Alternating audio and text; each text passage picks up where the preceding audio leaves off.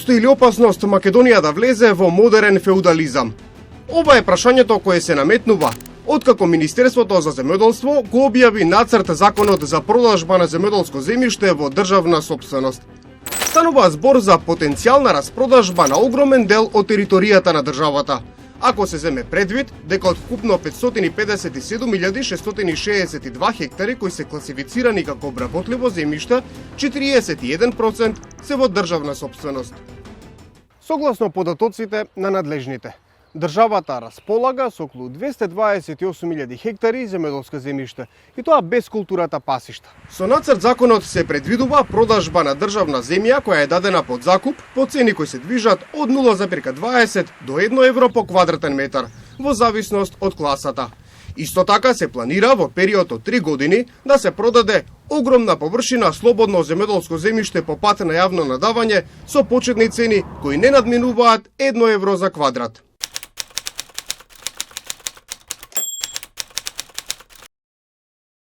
Надлежните потребата од нов закон ја правдаат со недореченостите и недоследностите во актуелното решение, кој им создава проблеми на терен, но и со отворањето можности за нови инвестиции, откако повеќе компании пројавиле интерес да инвестираат и од кои се очекуваат приходи од 200 до 300 милиони евра. Намерата за продажба, а не за давање под закуп на државното земјоделско земјиште, од кој годишно инкасираме по 6 милиони евра, ги загрижува експертите. Професорот по агроекономија Драги Димитриевски од Земјоделскиот факултет предупредува да не се трошат ресурсите кои ние сме ги наследиле и кои треба да ги оставиме за идните генерации. Според него, продажба е единствено прифатлива ако со парите од неа повторно се купи земјоделско земјиште. Давањето под закуп, како што е во моментов управувањето со државното земјоделско земјиште, е начин на кој што државата секогаш ќе има контрола. Доколку го продаде тоа земјиште, државата веќе нема контрола. Тоа е више приватен имот на кој што тие си воспоставуваат право кое што може многу работи да ја ограничи државата. Со новото законско решение уште повеќе се отвора вратата за странци да се стекнат со македонска земја преку акции и удели во домашна компанија кои ги стекнале при реализација на стратешка инвестиција. Инаку, тие можат да бидат дел од домашна компанија која би се јавила како купувач, но со удел до максимални 49% од сопственоста. Во многу земји продажба на државно земјоделско земјиште не е дозволена или е многу ограничена, бидејќи тоа се смета за природен ресурс. Кај нас, со секое ново законско решение, се правеше чекор кон тој правец. Димитриевски предупредува дека влезот на големи корпорации може сериозно да ги загрози малите стопанства кои живеат од земјоделството, а кои во таков случај ќе бидат потиснати.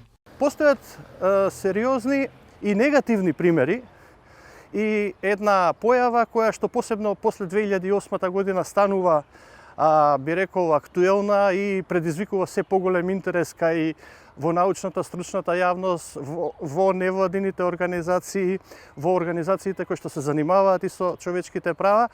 Тоа е така наречениот land grabbing или грабањето на земја од големи корпорации, кои што доаѓаат, купуваат или земаат големи пространства на земјоделско земјиште, на кое што често и не произведуваат храна, или таа храна што ја произведуваат, ја извезуваат, ја носат во сопствените држави или пак...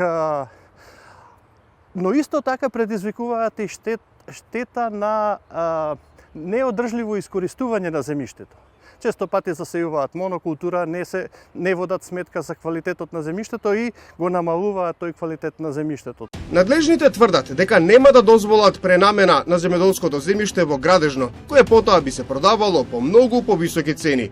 Сепак во нацрт законот се вели дека земјоделското земјиште не може да се пренамени во градежно најмалку 10 години од денот на склучувањето на договорот за продажба. Со тоа, на мала врата, се отвора можност по истокот на овој период новите сопственици да бараат пренамена. Поради тоа, оправдана е загриженоста дека плановите за распродажба на државното земјоделско земјиште може да доведат до неповратно губење на ресурси и низа негативни последици, доколку не се обезбеди подобра заштита со новото законско решение.